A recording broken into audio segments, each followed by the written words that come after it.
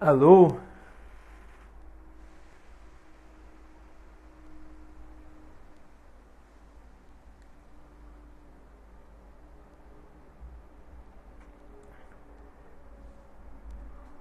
E aí, George?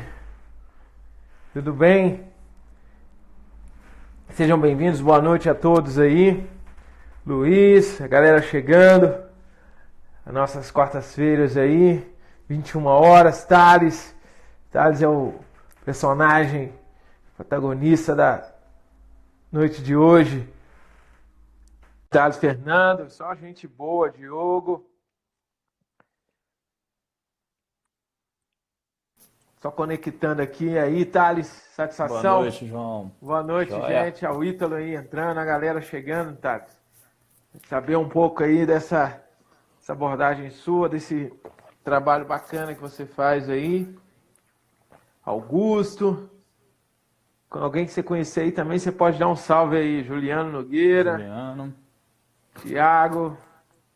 Sempre bom. Thales, muito obrigado.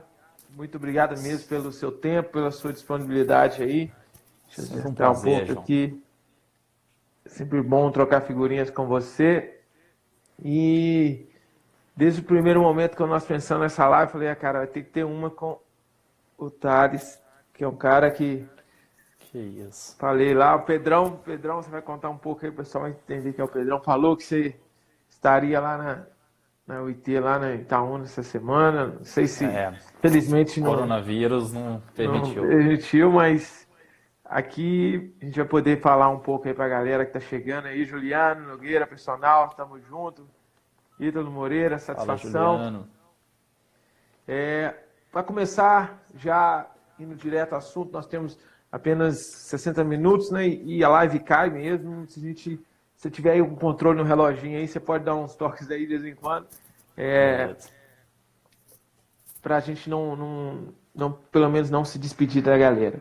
E poderia aí iniciar contando um pouco aí dessa sua trajetória, desse seu processo de formação, até esse estado da arte aí de você, do seu trabalho atual. Para quem não conhece o Thales aí, dá um bypass aí para a galera. Eu me formei em bacharel, né, em Educação Física em 2018. Fui aluno do João na universidade, fui aluno da Universidade de Itaúna. E as duas últimas matérias que eu tive no último período, que foi atividades motoras em academias com o João e exercício físico para grupos especiais com o Pedrão, me despertaram um interesse muito grande por esse tipo de grupo especial, pessoas que buscam aí qualidade de vida na academia, idosos. E assim que eu saí da universidade, eu colei grau dia 12 de junho, quando foi dia 19 de junho eu já tinha me inscrito no programa de pós-graduação em Fisiologia Clínica do Exercício. Então fiz minha pós-graduação em Fisiologia Clínica e atualmente estou fazendo a graduação em Nutrição, buscando aí principalmente também complementar um pouco nessa área clínica. E desde que eu fiz a minha pós-graduação também, eu comecei a trabalhar principalmente em academias com grupos especiais. Então, quando eu e o João foi trocar ideia para fazer o tema dessa live, a gente comentou porque é muito difícil hoje você ter um indivíduo assim, ou só um hipertenso, ou só um diabético. Sempre vem um pacotinho, né? Um diabético que já tem hipertensão, um obeso que já tem uma osteoartrite, osteoporose. Então, hoje em dia, eu não tenho assim praticamente nenhum. Tenho 3 ou 4 clientes como personal trainer que não tem nenhum tipo de patologia, mas trabalho principalmente com esses grupos especiais: Parkinson, diabetes, hipertensão e cada vez mais trabalhando com a diabetes e a hipertensão. Não, show de bola. Só um adendo aí, Thales. Fala pra galera, quando você colou o grau? Colei grau dia 12 de junho De que ano? de 2018. Então, um fato que a gente até comentou lá, quem não sabe, minha formação eu sou formado na Universidade de Itaúna, tive a sequência na Universidade Federal de Minas Gerais, na Universidade de São Paulo, orgulho de ter participado de todas essas instituições. E hoje eu trabalho na Universidade de Itaúna mesmo, e uma das conversas que a gente teve com o coordenador do curso, que o Thales formou ontem, e já faz um trabalho assim fantástico, e é um cara que nos orgulha mesmo, coisa que a gente falou lá na sala mesmo, que é um exemplo para os demais, para os próximos alunos, para que a gente precisa de mais alunos assim que, poxa, vira e faz acontecer, mostra que a gente sempre fala, né? A nossa área tem o poder, né? A gente vai tocar alguns assuntos aqui. Pedro Menezes chegou, Renato Massafelli, Janone, a galera legal. Obrigado mesmo, Patrick Moreira, Vitor Hugo. Muito obrigado vocês aí. E isso é muito legal, esse poder de renovação da nossa área, essa galera que vem chegando e fazendo acontecer, isso é muito legal. Ao Tebas, caramba, nós estamos com moral, porra. Tebas é feroz também. Mas já entrando no assunto, né, igual o tópico, né, controle Tony, gente boa, fantástico, Fernandinho. Controle de treino de hipertensos e diabéticos, né? Essa é a nossa temática, mas o fato da gente destacar que a gente tem um poder vem justamente dos custos envolvidos nessas duas temáticas. Aí a gente vai primeiro conhecer um pouco aí como que você faz na prática ali, como vocês aplicam esse conhecimento teórico, prático, a questão acadêmica, onde você busca, como é que você está resolvendo os problemas dos seus alunos aí. Traz algumas insights para a galera aí. Como é que está sendo a prática? Cara, a primeira coisa que eu sempre falo com o pessoal, que grupos especiais, eu acho que é um grupo muito bacana de se trabalhar, porque a gente vê assim, uma mudança direta na qualidade de vida das pessoas, insatisfação com a vida e tudo mais. Só que, ao mesmo tempo, é um grupo que a gente tem uma responsabilidade muito grande por propriamente a pessoa já ter uma patologia, mas porque não é um tipo de grupo que, na verdade, eu acho que nenhuma área pode ser assim, né? Mas, por exemplo, no treinamento esportivo, às vezes o treinador ele já tem ali um feeling muito bom, ele já tem uma bagagem muito grande, e ele consegue, com aquela bagagem, ainda produzir resultado com os atletas dele, sem mais no quesito prático do que ter que ficar com muitas horas de estudo, até porque ele tem uma comissão técnica e tudo mais. Já com grupos especiais, cara, o tempo todo a gente tem que estar fazendo, linkando ciência e prática. Porque os estudos hoje na área de educação física, de exercício físico, relacionado a patologias, eles são muito simplórios. Muito estudo que, olha, o exercício físico para diabetes é isso, isso e isso. Só que aí quando a gente vai pesquisar mais sobre diabetes em si, a gente vê que existe um monte de problemas relacionados a diabetes que pode influenciar no exercício físico e que a gente não encontra nos estudos de exercício físico em si. Então, por exemplo, hoje mesmo eu estava lendo sobre... Eu tenho um cliente com Parkinson e fugindo um pouco da temática de diabetes e hipertensão, mas eu não estava conseguindo mensurar treinamento dele por base da frequência cardíaca. E aí eu fui procurar entender o que acontece. E a gente entende que Parkinson é problema de distúrbio motor e tudo mais. E aí eu fui entender que existe uma disfunção autonômica que faz com que a frequência cardíaca dele não se altere durante o treino. Então já descartei praticamente uma prescrição de intensidade por meio da frequência cardíaca. E hoje eu estava vendo que, por exemplo, essa disfunção autonômica também acontece no diabético. Então, uma disfunção autonômica e uma hipoglicemia pós-exercício no diabético, as duas têm sintomas muito parecidos. Então, é muito difícil, às vezes, você identificar se aquela hipoglicemia pós-exercício que seu cliente está tendo, ela é por causa de uma disfunção autonômica ou por causa de uma intensidade do exercício que não foi adequada. Então, os estudos, basicamente, de exercício físico, eles focam muito pouco nessas outras questões que interferem diretamente. Então, quando eu comecei a estudar isso, eu comecei a entender, a aprender que, poxa, não dá para mim estudar diabetes ou prescrição de exercício físico para diabetes. Eu preciso estudar primeiro, eu preciso dominar primeiro diabetes. E depois, com a base que a gente tem aí de exercício físico, a gente tem consciência de como adequar isso para aquela situação.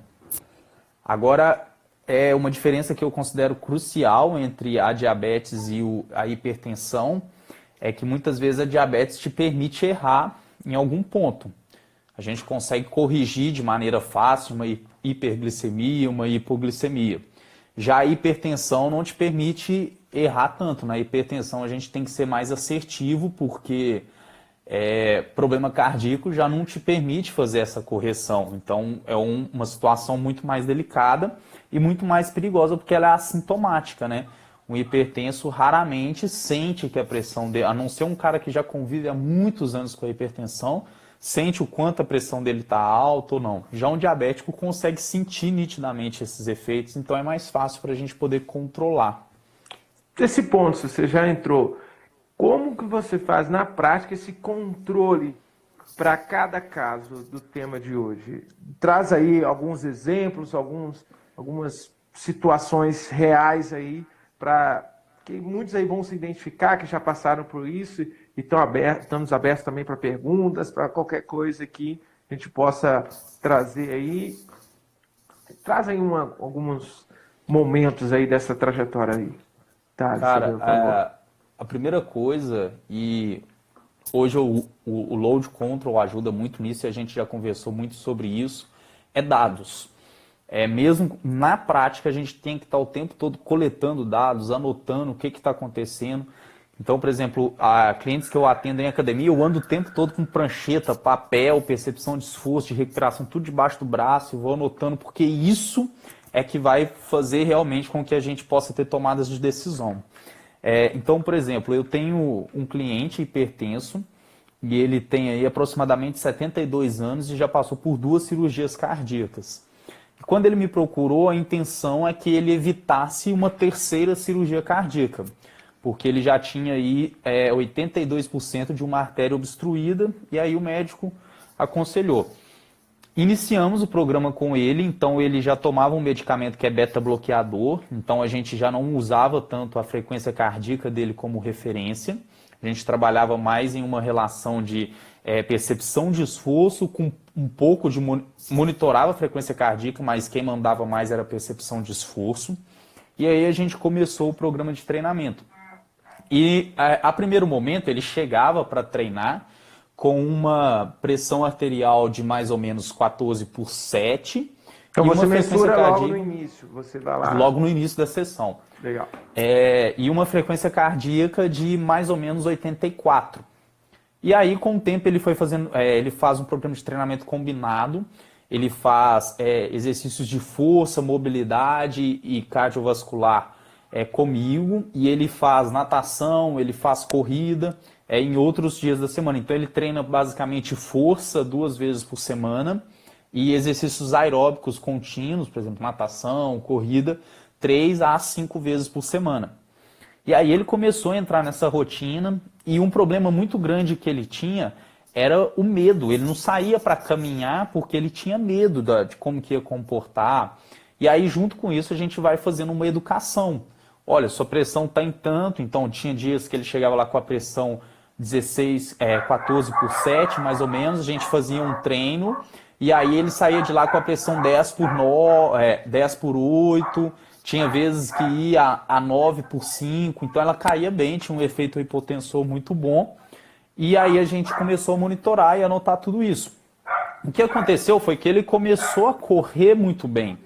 Ele começou a gostar de correr.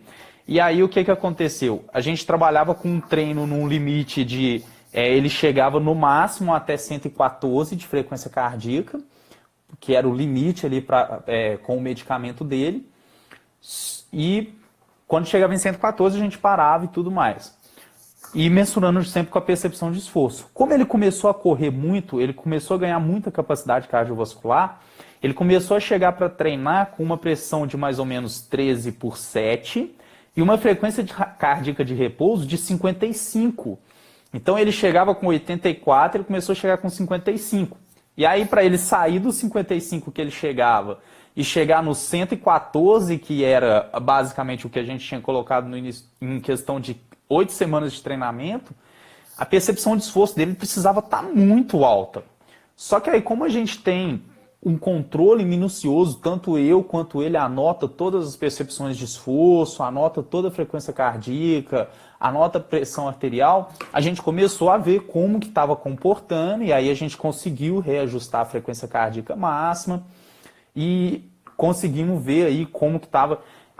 Acabou que em 8 semanas de programa, a pressão arterial dele hoje, por exemplo, quando ela está alta, ela está em 13 por 8. Quando ela está alta. E isso ele é hipertenso com 2 cirurgias cardíacas. Tem dias, igual essa semana ele me ligou, ele correu, aí ele terminou a corrida, me ligou, Thales, estou preocupado porque eu cheguei em casa agora e eu fui aferir minha pressão, ela estava em 8 por 6. Mas eu estou sentindo bem, eu estou tranquilo, tal. Você acha que eu faço a corrida, continuo correndo outro dia? Falou, você está se sentindo bem, está dentro do seu controle, como está a sua percepção de esforço? Não estou sentindo nada. Então pode continuar correndo. Então eu penso que essa questão de ter anotado tudo, dados, realmente conseguir passar para o cliente, olha, na semana passada a gente estava assim, e na semana posterior a gente vai estar assim. Isso dá muita segurança para a gente poder trabalhar. O Rodrigo está perguntando aí como que eu mensuro a frequência cardíaca máxima. Rodrigo, nesses casos eu sempre peço o teste ergométrico clínico. Então eles sempre trazem para mim o resultado tudo feito com o cardiologista. Sempre peço acompanhamento cardiológico. Então nesse caso, meus clientes eles têm o teste ergométrico feito sobre o efeito do medicamento e feito pelo cardiologista. Eu sempre tento manter contato direto com o cardiologista.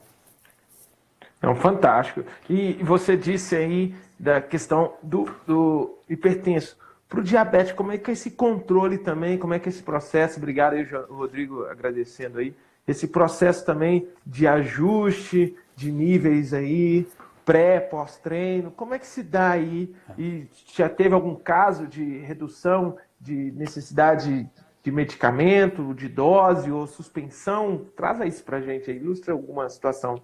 Primeiro, controle glicêmico ali e se teve algum exemplo de alguém que teve redução de dosagem, quantidade ou até suspensão medicamentosa.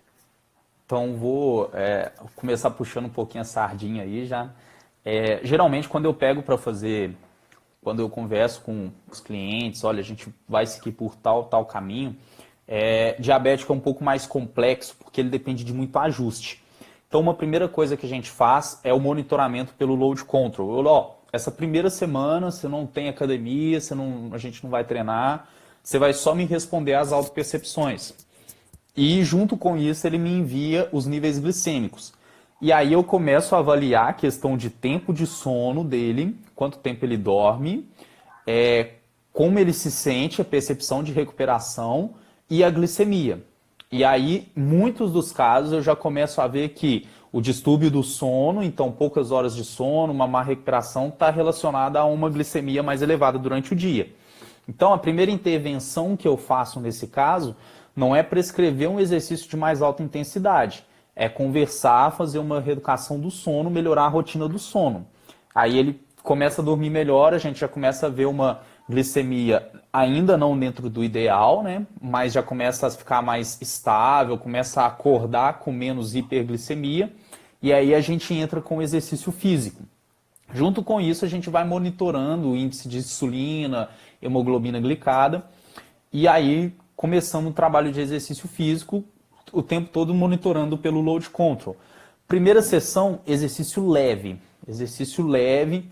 A gente vê como que ele vai reagir tanto pré, pós e 72 horas depois do treino, tanto em questão de glicemia, quanto em questão de cansaço, dor. E aí, por exemplo, Olha, não tive nenhum problema, tá? A glicemia comportou assim, assim, assado, dormi bem essa noite, tô sem dor muscular, sem dor articular. Aí a gente calcula aí um aumento de no máximo 1,5% em relação à última sessão. É, continuou, foi nessa pegada, não teve problema, a gente vai conseguindo aumentar. Chegou num nível onde, olha, tive uma hipoglicemia durante o treino hoje. Aí o que eu faço? A hipoglicemia a gente tem que controlar ela na hora, mas depois a gente precisa avaliar o porquê teve uma hipoglicemia durante o treino. Então a gente avalia primeiro a carga do treino. Estava dentro de uma carga de treino adequada? Se estava, a gente avalia. Olha, na noite passada você dormiu bem? Teve uma boa noite de sono? Como que foi as horas? Então, em algumas vezes já mudei configuração de treino, por exemplo, porque o diabético, o ideal é que a gente não fique mais de 2 dias consecutivos sem treinar, mas já teve dias que o cliente dormiu mal. Hoje a gente vai mudar totalmente, uma sessão de 1 hora você vai fazer só 30 minutos, porque sua recuperação está assim, assim, assado. Mesmo a sua glicemia estando um pouco mais alta, a chance de você ter uma hipoglicemia durante o treino vai ser muito grande, porque você dormiu muito mal. Então, como eu tenho todos esses dados para mostrar para o cliente, para poder conversar, eles entendem perfeitamente. Não fica com aquele negócio, poxa, mas eu estou te pagando 1 hora, você vai me dar só meia hora de aula. Como eu consigo transmitir isso, olha, é por isso e isso e isso que a gente está fazendo, essa intervenção e tal. Eles saem de lá, na verdade, até assim, aliviado de ter feito só meia hora. Poxa, tá realmente preocupado e tal. E já tem alguns casos que, por exemplo, não, mas eu quero. Eu vou te dar um primeiro estímulo, você vai ver. Aí a gente faz um primeiro estímulo dentro do que estava programado, o cara já começa a se sentir um pouco mal. Tá tendo hipo, vai ter que parar. Aí depois disso eu faço a reeducação de novo. Tá vendo? Se você tivesse seguido o programa do jeito que foi, a gente não precisava ter parado, podia ter continuado. Então o diabético ele é mais complexo em relação ao hipertenso, porque ele precisa de muito mais ajuste. Por exemplo, o diabético tipo 1, eu preciso sentar junto com o endocrinologista para poder ajustar bolos, para ver como que vai ser a insulina basal antes de começar o processo de treinamento. E aí muitas vezes não, né? Na maioria das vezes, os médicos que acompanham, os nutricionistas que acompanham os diabéticos, eles não estão atentos a essa questão de quantas horas eles dormem, se a qualidade do sono é boa, e tudo isso influencia na resistência à insulina, no índice glicêmico pela manhã. Então aí a gente senta, eu passo essas informações, olha, fulano está precisando fazer muito ajuste durante o treino, e eu acredito que seja porque está dormindo mal, está assim, vamos tentar ajustar a medicação para ter que fazer menos ajuste durante o treino, e a gente vai trocando esse tipo de informação. Mas uma coisa que eu sempre falo com o pessoal, se a gente não tiver nenhum dado palpável, é difícil de argumentar e até de ver o que está acontecendo com cada cliente. Porque cada um vai responder de uma forma.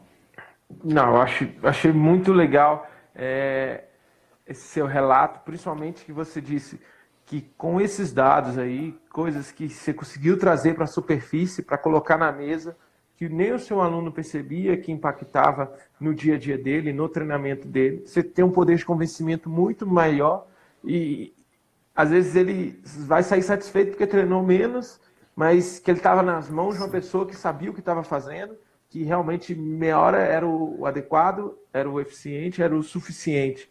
E eu já estava ficando muito feliz quando você coloca isso.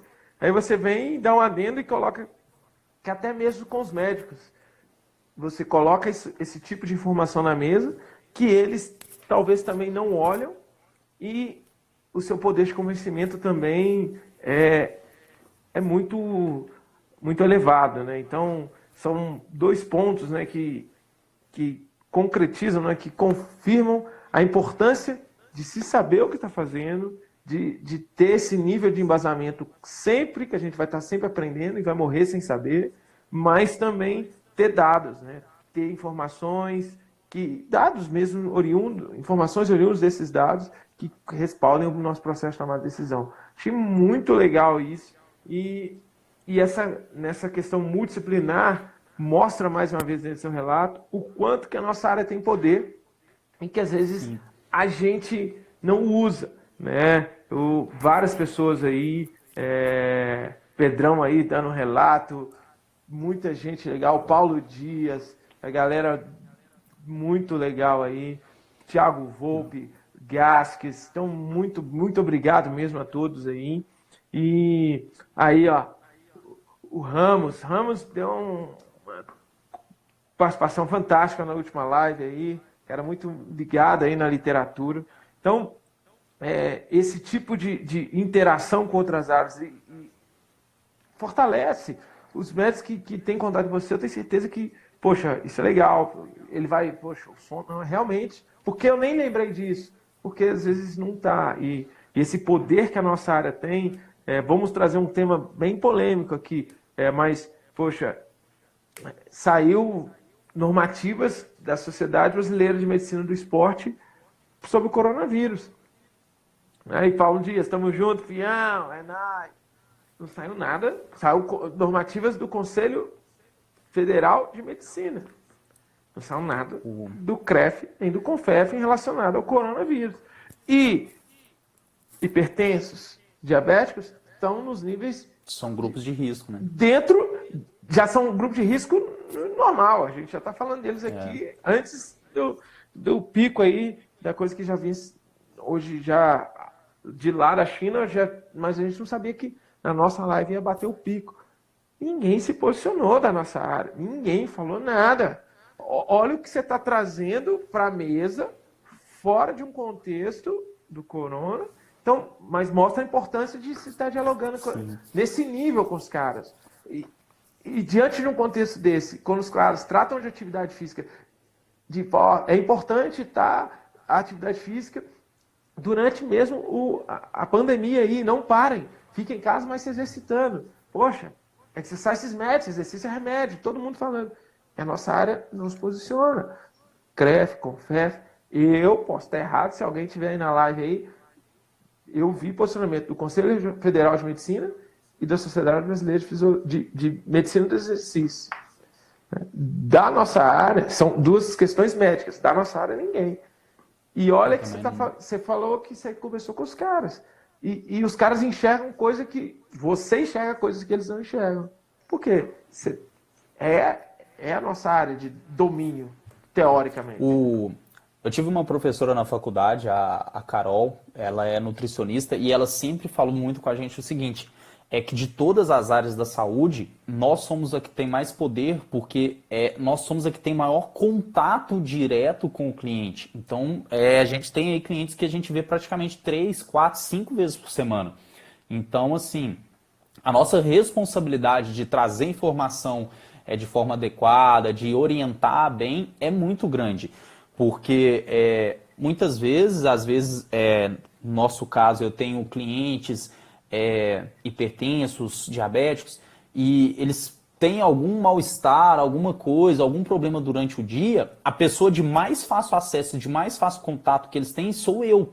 Então, já tive assim, várias vezes que eu não sabia o que fazer na situação, tive que recorrer a outras pessoas, mas isso mostra a importância da gente estar sempre buscando, referência. Porque apesar de, por exemplo, hoje, dificilmente eu tenho um cliente que não tem acompanhamento de outros profissionais, de médico, de nutricionista, mas mesmo assim eles ainda procuram a gente primeiro para, olha, o que você pensa sobre isso? Igual há um tempo atrás, eu fiz um programa com uma diabética, ela estava com 60 anos, já tinha mais ou menos 20 anos que ela era diabética. E nunca tinha conseguido controlar índice glicêmico, nada.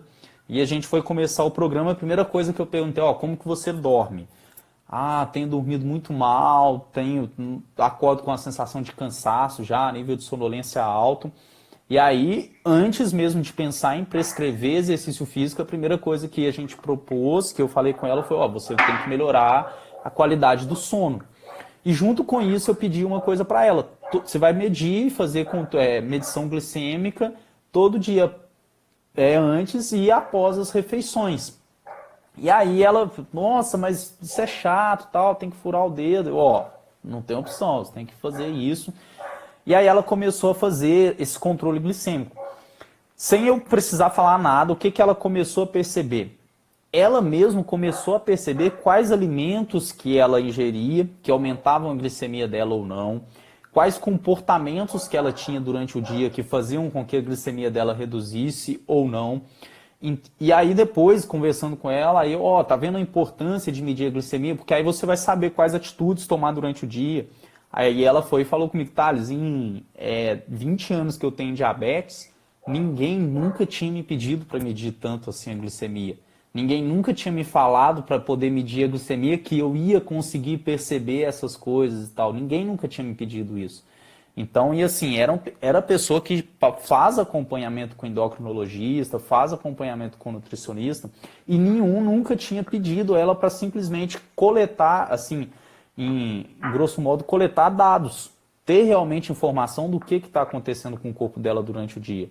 E aí, a partir do momento que ela começou a fazer esse controle glicêmico, ela mesma já começou a se autorregular em várias coisas. Não, fantástico. E vou primeiro aqui, para não perder, aí Kleber, tamo junto, irmão.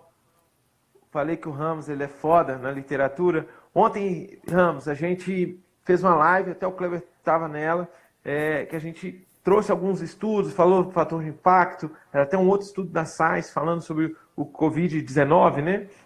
E ele está trazendo aqui que saíram na Science, na Lancet, indicando um nível de atividade física moderada durante essa questão da pandemia aí, né? Aí entra, né? Como esse moderado, o que é moderado para mim, o que é moderado para você, daí a importância do profissional de educação física se fazer presente no momento como esse, que as academias são fechadas, como é que a gente vai fazer? A gente vai estar remota, a gente vai estar onde, a gente vai estar como?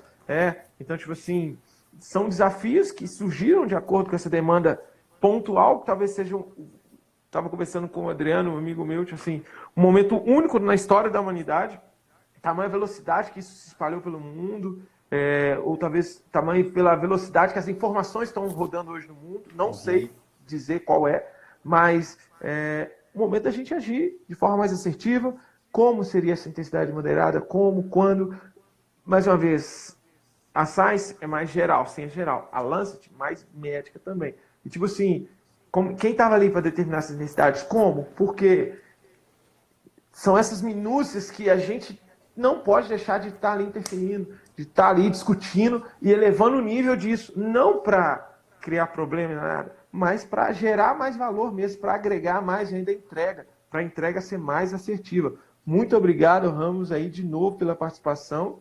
E o Shankar, nós estamos aí lá na Nova Zelândia. Shankar, é nóis, irmão.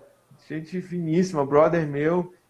E aí, ó, Ramos concorda, eu fico feliz, Ramos. Ó, você concordou, é nóis. Um outro ponto que você colocou, Thales, e vamos trazer números para a gente ver o poder que tem a nossa área. E não sabe fazer isso. A Caterine aí, ó, estamos juntos. Você disse para usar mais, beleza. Ela fez mais medições. Eu recentemente tive um caso aqui com a minha avó não usa constantemente, mas teve que fazer porque ela estava tomando um medicamento X e teve que fazer. Aí eu fui comprar o aparelho, não muito caro, mas eu fui comprar as fitas e agulha. Me assustei com os valores. Não tinha essa rotina no meu dia a dia, né? Principalmente quando eu vi o preço do aparelho. O aparelho super top, super tecnológico. Porque você comprou o aparelho, você tem que comprar ali X anos. Faz a continha básica. Quantas por dia? Quantos dias tem um ano? Quantos anos a pessoa vai ter que estar tomando ou mensurando esse processo? Faz uma continha básica, né?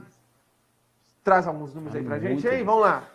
Mais ou menos 12 a 15 medições por dia. 12 a 15. Depende de quantas refeições a pessoa faz, mas colocar uma pessoa que faz basicamente 4 refeições por dia, são 2 por refeições. Então, 7 dias por semana. Já, sem contar as que dá errado, né? Porque é difícil de dividir. É muita fita. Então, vamos lá. Vamos trazer 10. Tem a do erro ali, 10 dias. 70 semanas, podemos trazer? Por aí, no mínimo. 70 por semana, 52 semanas no ano. Aí a gente faz desde X anos que a pessoa vai usar isso.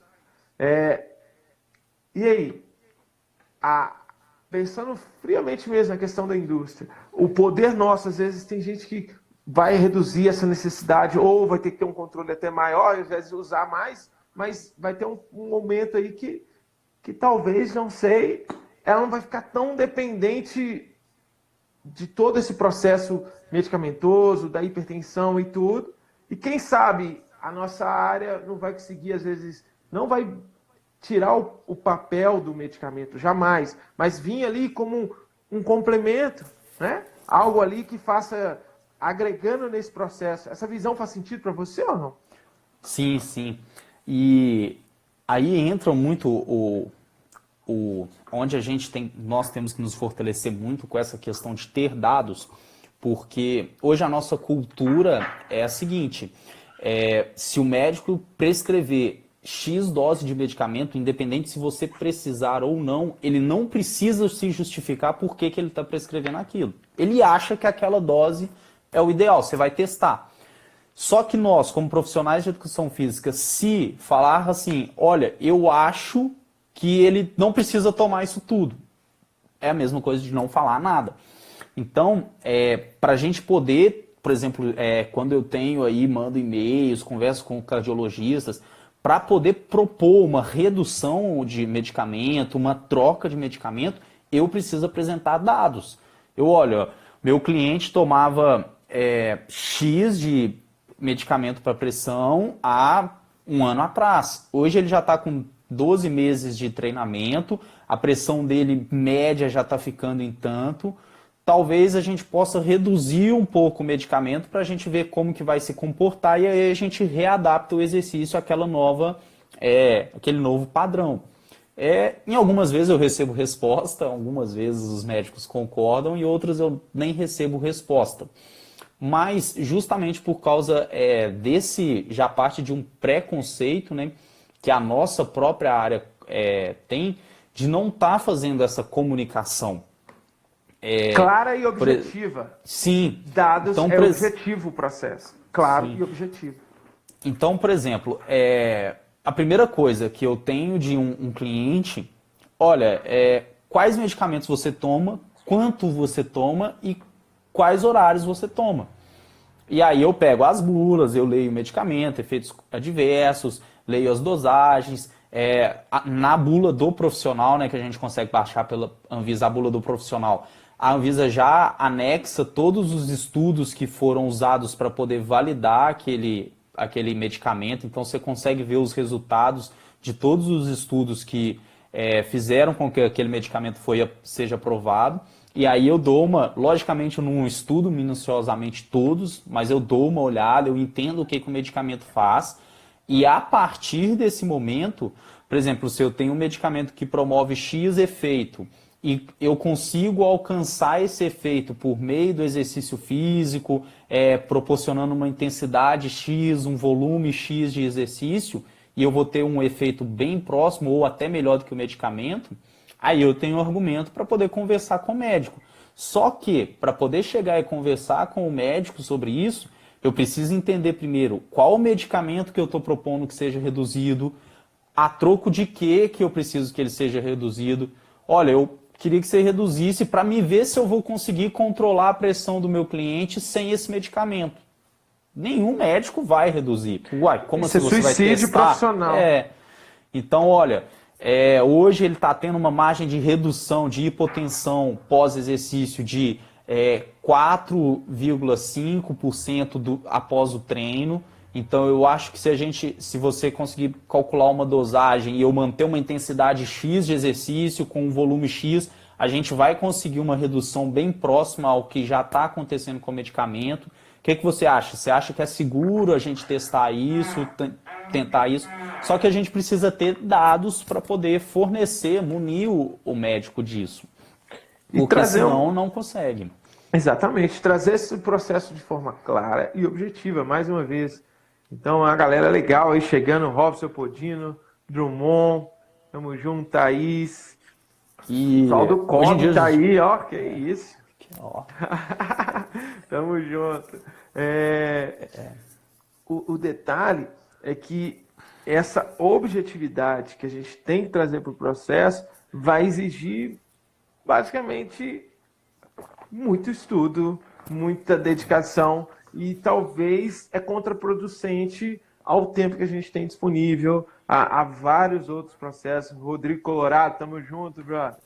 E isso é algo que a gente tem que saber equalizar, porque senão vamos ficar para trás e vai demandar isso, vai demandar, porque a gente vai estar sempre com o ônus da prova, vamos dizer assim, vamos trazer um termo juridiquês aqui, o ônus da prova vai ser sempre nosso. Por quê? Por causa disso. Legal, vamos tentar, porque é seguro, todos sabem do efeito da atividade física, o efeito hipotensor, a questão na diabetes também, mas se não tiver algo ali muito embasado, ele vai confiar no que ele já faz há X tempo e dá certo com a maioria. E nenhum outro profissional chegou para discutir com ele essas minúcias que você às vezes está chegando para discutir. Aí, diante desse contexto, você, poxa, vamos sim, vamos. Porque, no final das contas, ele prefere errar. Não estou falando errar, mas assim, ele prefere manter esse nível de assertividade que ele já tem com a grande maioria dos profissionais dele, dos clientes, pacientes dele, do que tentar mudar alguma coisa que pode dar certo ou não, e no final das contas, quem é o médico lá, o CRM dele, é o que está dele. Mas o papel, como que você faz aí, eu acho que é fundamental, e o objetivo da live é justamente esse, instigar mais e mais profissionais a buscar isso, seja de forma com tecnologia apoiando, seja de forma com papel, seja o que for, ter esses dados que, ao colocar na mesa, isso possa ser cada vez mais valorizado em si. Pode complementar aí, a gente está partindo para a reta final. Gente, se tiver alguma pergunta, alguma coisa aí, fica à vontade, tá? Nós precisamos aprender muito isso, né, João? Porque aí entra esse problema. Para mim ter um atendimento nesse nível de qualidade, eu consigo atender poucos clientes por mês. A gente já teve um bate-papo sobre isso, né? A gente já conversou muito sobre isso. E se eu consigo atender poucos clientes por mês, por semana, por dia, eu preciso que meu atendimento, minha hora-aula, como a maioria cobra, seja mais cara, porque eu vou atender menos pessoas. Só que aí vem uma contrapartida. Para mim poder cobrar mais, eu tenho que te entregar mais. E hoje a gente tem muitos profissionais, assim, não só na área clínica, trabalhando com grupos especiais, mas no geral, que não consegue utilizar uma PSE de forma adequada. Então, se a gente falar, faz os cálculos aí de controle de carga na caneta, aí com calculadora. Controla aí volume de treino, tudo aí na mão, o que é monotonia de treino, o que é adaptação, o que é carga aguda e crônica, não tem ideia. E aí, por exemplo, digamos assim, uma pergunta que eu sempre faço para o pessoal, qual que é o motivo de contratar um profissional de educação física? Por que eu deveria contratar um profissional de educação física? Porque aí a gente sempre responde com a mesma resposta, né? Para você ter treinamento individualizado, para você controlar volume, série, qual exercício você vai fazer. Só que no final das contas nós não fazemos isso. Nós simplesmente vamos lá, são 12 séries, 30 repetições, e não temos dados anotados. A gente não tem a percepção de esforço, a gente não tem a frequência cardíaca, a gente não sabe se o aluno chegou bem recuperado ou não, a gente não sabe se o aluno dorme bem, quantas horas ele dorme. E isso aí é o que faz diferença para a prescrição. Eu só vou conseguir individualizar o treinamento a partir do momento que eu entendo de forma geral o meu cliente. Então, por exemplo, eu e você pode ter mesmo peso corporal, mesmo IMC, a gente pode ter o mesmo percentual de gordura, podemos ter até o mesmo nível de força muscular, só que se eu durmo 3 horas por dia e você dorme 8 horas por dia, o meu desempenho vai estar prejudicado em relação a você. Só que, por exemplo, se a gente não avalia essa questão de horas, tecnicamente a gente poderia fazer o mesmo treino, que estaria aí basicamente, tá individualizado, tá? Os dois têm a mesma característica, tá voltado para essa característica. Só que a gente esqueceu um fator muito importante, sono. A partir do momento que eu coloco isso, olha, Thales dorme muito mal. Então, a característica do treino para o Thales vai ter que ser totalmente diferente. Aí isso sim é individualizar o exercício, isso sim é uma prescrição individualizada. É conseguir entender não só aquela 1 hora que o cliente está lá na academia, mas conseguir controlar aí como que ele reagiu durante as 24 horas do dia dele. Como que foi a dor muscular, como que foi a dor articular.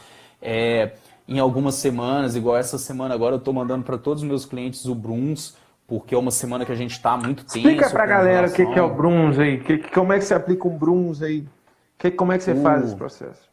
Com o pessoal que eu uso, que tem o acesso ao Load Control, por meio do aplicativo, eles vão responder algumas perguntas relacionadas ao humor, como eles estão se sentindo, questão de ânimo, de estresse, de desânimo, de raiva. E aí, de acordo com as respostas dessas perguntas, desse questionário, a gente começa a ver como que está aí digamos assim, a chance daquele cliente ter um burnout, ou seja, dele ter um esgotamento partindo do princípio mental. Então, por exemplo, nessas semanas agora, que está todo mundo vivendo aí com um pouco de estresse muito alto, eu estou mandando isso para meus clientes para poder avaliar. Se eu tenho clientes que estão realmente passando por um nível de estresse muito grande nessas semanas agora, por mais que eles estejam dormindo bem, por mais que eles estejam bem recuperados fisicamente, eu vou segurar um pouco a intensidade do exercício para que aquilo ali não seja um estímulo estressor a mais, porque ele já está aí ele já teve uma resposta alterada nesse questionário de humor, né? Para quem não conhece o Bruns diretamente. Não, fantástico. Achei essa aplicabilidade. Acho que vamos só dar um recorte aqui. Você deu exemplos, às vezes as pessoas ficam apegadas a termos, a terminologias, a palavras. Não, eu acho que você foi muito claro, pegou alguns exemplos, alguns marcadores, algumas ferramentas. Não quer dizer que são só essas ferramentas, não quer dizer que essas ferramentas são as melhores ou são as piores. Todas têm limitações, todas têm potencialidades, basta a gente entender. E algo que o Iguinho está aí, estamos junto, Iguinho, você que é ídolo nosso, estamos junto. Mais uma vez o Ramo, com as suas colocações muito legais, que faz dentro desse contexto que eu vou falar agora. Por isso que eu vou ler a fala dele. Assim, cabe a gente esse senso crítico, né? Essa conscientização científica que ele coloca, para mim é senso crítico, né? Tema muito importante, pois essa, entre aspas, conscientização científica do profissional de educação física envolvido em um quadro clínico ou em um quadro de performance é o primeiro passo para o sucesso do trabalho. Então, tipo assim, sem mais ao que ele diz. Então, essa, e entra dentro da sua fala também, a nossa área é uma das mais desunidas, né? Tipo assim, o médico não vai falar um do outro e tal, mas essa capacitação continuada, ela é necessária para todas as áreas, e para nós não vai ser diferente. Então, cabe a nós também, que estamos ali do lado, ora como professor, ora como aluno, tá ali trocando figurinha com a galera, e capacitando, e sendo capacitado, e aprendendo, e ensinando, e isso é um processo contínuo. A gente vai estar ali, dia a dia, a vida toda, nesse processo de aprendizagem, né? Então, só dando um bypass na sua fala, que às vezes as pessoas vão pegar um ponto e tudo, só essa ferramenta. Não, exemplos. E a gente está aqui para ilustrar, e sem exemplos a gente não vai conseguir ilustrar nada. E a fala do Ramos, mais uma vez, Ramos Silva, muito bem colocada. Você tem algo a acrescentar aí? Não, igual o Ramos falou mesmo. E às vezes a gente pensa assim, eu preciso alinhar a ciência à prática. E aí principalmente nós que acabamos de sair da faculdade, já pensamos assim, ciência à prática, então eu preciso de uma plataforma de saltos para mensurar performance, eu preciso de um frequencímetro, eu preciso conseguir medir o ácido lático do meu cliente, lactato do meu cliente. E não é. Se a gente usar uma percepção de esforço durante o treino e uma percepção de recuperação com uma percepção de dor impressa do papel mesmo, igual eu tenho alguns clientes que têm problemas, eles já são mais velhos, então eles têm dificuldade em mexer no load control, e aí o que eu faço com eles vou pegar aqui para mostrar ao pessoal, é a forma mais simples. Então, impresso, plastifica, escala de dor, então como que você está se sentindo em escala de dor, percepção de esforço. Alguns hoje já acham até mais fácil me responder em porcentagem, então hoje eu estou 70%, hoje eu estou 50%, mas isso é aliar a ciência à prática. E depois como nós vamos filtrar esses dados, como nós vamos transformar isso em informação útil, aí vai depender de horas sentado na cadeira, horas de estudo, mas para a gente estar lá no momento prático e aplicar a ciência à prática, não exige muito esforço. Eu falo com o pessoal que exige o mínimo de força de vontade. Exige a gente querer realmente ensinar, ter paciência para ensinar um cliente a entender uma percepção de esforço, realmente parar 5 minutos na hora que chega para poder perguntar a percepção de recuperação, para ver como que se está sentindo dor muscular, se está sentindo dor articular. E muitas vezes a gente não faz isso por preguiça e negligência. A gente não quer fazer, simplesmente por isso. E aí a gente perde a oportunidade de agregar valor ao nosso trabalho. E dentro do tema mesmo, você também mensura as variáveis principais dos dois pacientes do dia. Tanto o diabético, você mesmo colocou, você mensura pré-treino, pós-treino, pede para a pessoa aumentar o número de mensurações ao longo do dia, né? Pré-refeição, pós-refeição, ou hipertenso, da mesma forma, mensura ali, pré, pós, durante, se necessário. Então você usa de ferramentas que às vezes ficam ali na academia, ninguém usa, criando poeira, que podem validar, respaldar cada vez mais o seu trabalho, né? Aqui o Kleber, né, colocou aqui, ó, Kleber, irmão nosso aí, excelente contribuição a essa discussão. A evidência científica deve nortear nossas tomadas de decisões. Sempre. Sou sempre favorável a isso. E pode ler aí do nosso Iguinho aí. Qual ferramenta pós? Pós-treino, por exemplo, para um diabético, eu uso aí a glicemia pós-treino, a percepção de esforço. E dependendo do treino, eu uso aí para ver se ele está sentindo algum tipo de dor, a escala análoga de dor. Para um hipertenso, é a aferição da pressão arterial, frequência cardíaca, ali 10 a 15 minutos pós o treino, e também percepção de esforço. Basicamente é isso que eu uso pós-treino. Na verdade, eu comprei um frequencímetro mais ou menos há uns 4 meses atrás, e até então eu atendia esse hipertenso sem frequencímetro. Poxa, tem gente que acha um absurdo, né? Mas eu não tinha condição. Eu ensinei ele a me ajudar a aferir a pressão pelo pulso, e eu tinha o meu aferidor de pressão. E aí a gente estabeleceu um padrão. Se a gente tiver com uma frequência cardíaca aferida no pulso, próximo a isso, e uma pressão arterial dentro desse parâmetro, tá legal, tá tranquilo. Então, como eu tinha uma ferramenta de controle, que era a frequência cardíaca, digamos assim, precária, eu acrescentei mais 2 ferramentas de monitoramento para me dar respaldo nela, que era a pressão arterial durante o treino, eu ia monitorando ela durante o treino, e a percepção de esforço. Então, se aí eu tinha 3 coisas dentro do meu padrão, que era a frequência cardíaca, a pressão arterial e a percepção de esforço, tudo ali batendo dentro do que foi proposto, aí não tinha erro, não tinha perigo. E para isso eu usei o esfigmomanômetro, que já era lá da academia, a percepção de esforço que eu imprimi, e ensinei meu cliente a aferir, fazer a contagem. Eu só falava com ele, a gente aferia em 15 segundos, eu só falava com ele, quando você achar, você me fala. Ele achava, já soltava o cronômetro, marcava.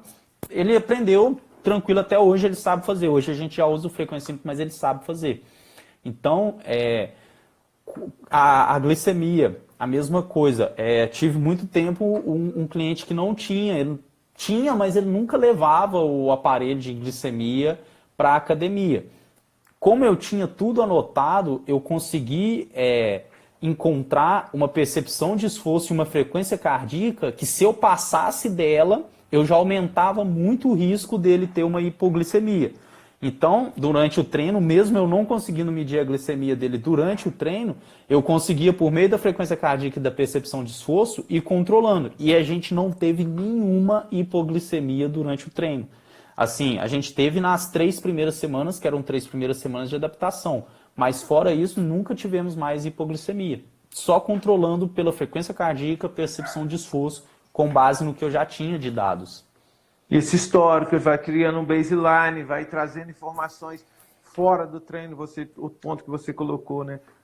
24 horas, né? Então o que o cara faz nas outras 23 horas que ele não está treinando com você, influencia no seu treino? Certamente. Então trazer isso para cima da mesa, para poder entender e respaldar o processo de tomar decisão, como o Kleber colocou, como o Ramos, a galera, tem várias pessoas aí, ó, T.A. Santos, né?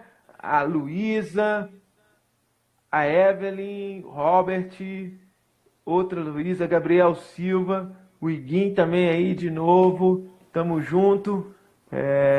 O Iguim falou que caiu aí, machucou, Iguim? Qual ferramenta eu posso utilizar para monitorar a intensidade da sessão de grandes grupos? Igor, o João também deve ter esse artigo aí, se você quiser, com certeza ele manda, que é do professor Tim Gapt. Ele ensina como fazer os cálculos da percepção de esforço com relação ao tempo de sessão e tudo mais. Então, para grandes grupos, se não tem condição de ter frequencímetro, percepção de recuperação, escala análoga de dor, então tanto para dor muscular quanto para dor articular, e percepção de esforço. Coletor, escala de recuperação e de dor do seu cliente quando ele chegou, e aí durante e após o treino, percepção de esforço. Chegou em casa, você vai analisar aí se a percepção de esforço do cara está batendo com a percepção de recuperação, a percepção de dor está aumentando de acordo com a intensidade. Então aí você vai ter que sentar e começar a analisar os dados que você produziu durante as aulas coletivas. Mas por essas 3 ferramentas eu acredito que já dá para fazer um controle bem legal. O que você acha, João? Não, legal. E olha aqui, ó, ele vem falando, meu estágio é da Secretaria de Saúde, o NASF, né, o Núcleo de Apoio à Saúde da Família, né? Eu não sei se é apoio, assistência, eu só sei que é o programa, né, da saúde da família, né? Então, é uma outra área que a gente eu ouvi falar que vai abrir um número absurdo de vagas de profissional de educação física. Cara, prevenção, a gente está falando aqui o quanto que vai reduzir 70 dosagens numa semana, vezes 52 vezes X anos. E um profissional ali... Acho que o Insta vai derrubar a gente, hein? Temos 2 minutos aí. Não, beleza. Então, para fechar aqui, esse é uma área que a gente vai... Se a gente não usar, e a gente tem o poder de usar, a gente já falou de custos que a gente pode reduzir, é lógico que o SUS vai investir. E a gente, de certa forma, vai ser muito mais barato contratar um profissional de qualidade, vai passar num concurso muito difícil, mas que vai agregar muito naquele time ali de profissionais, do que ficar só comprando remédio e tratando e sem curar e sem resolver o problema. E assim, João, vamos colocar na pior das hipóteses, o seu cliente ele não vai reduzir o uso de medicação. Na Sim. pior das hipóteses. Mas aí é sem dúvida que ele vai reduzir o índice de internação. Pronto. Então ele vai ir muito menos vezes para o hospital. Só isso aí já é motivo de sobra para o sistema de saúde poder investir. Pensando friamente, nós ainda estamos ganhando dinheiro com a indústria farmacêutica e ainda não estamos tendo despesa com leitos. Então já é um excelente motivo. Né? Fantástico. Thales, muito obrigado, cara. Os segundos finais, agradeço a todos aí, Gotti Vila, Túlio, Bruno Piccone, gente finíssima aí, Obrigadão, o Bruno, toda a galera aí, gente, satisfação, vai ficar 24 horas aí, quem não conseguiu acompanhar tudo, o bate-papo com o Thales foi fantástico. Thales, muito obrigado aí. Eu que agradeço pelo convite. Parabéns aí, ilustre professor Thales, exemplo profissional, sempre acompanha os dois, tamo junto. Gente, Obrigado. satisfação. Thales, é todo o seu tempo final aí. Até cair. Muito obrigado aí para você e pode despedir da galera também. Isso. Só tenho a agradecer, João, principalmente aí pela base que me deu na minha formação, Pedrão também que deve estar assistindo aí. Muito do que eu sou hoje são graças a esses caras aí que me ensinaram a ter um senso crítico com relação à área muito bom. E diferente aí de muitos outros doutores e pós-doutores que estão lá em cima, João, Pedrão, sempre fizeram muita questão de ajudar. João, mesmo depois de formado, a gente conversa muito até hoje. Antes mesmo de começar a trabalhar com ele com o Load Control, sempre fez questão de passar bastante do que ele tinha de conhecimento. Então, só tenho a agradecer. Para mim é uma honra estar aqui falando com vocês. Sim, ainda estamos engatinhando para poder aprender mais sobre a área, mas sempre que puder ajudar com um pouco que a gente tem estudado, com um pouco que a gente tem vivido na prática, estou à disposição, podem me chamar aí, podem me mandar sua rede social aí, direct. qual é? Pode falar para a galera? Thales Alves. Thales Alves, @Thales Alves, com 2 L's. T-H-A... Não, T-A. T-A, desculpa, é verdade.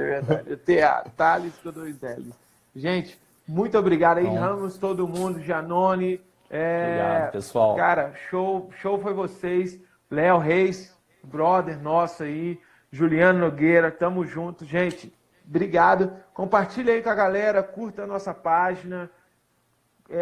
O nosso canal, a gente vai estar sempre procurando trazer profissionais. Tragam sugestões para a gente estar falando aqui também, indicações, quem vocês acham aí que pode ir aí agregar para a gente crescer e estar compartilhando cada vez mais. Muito obrigado, sucesso sempre, tamo junto. Agradeço a você, Thales, você que é o pessoal. cara. É nóis, valeu. Valeu, João.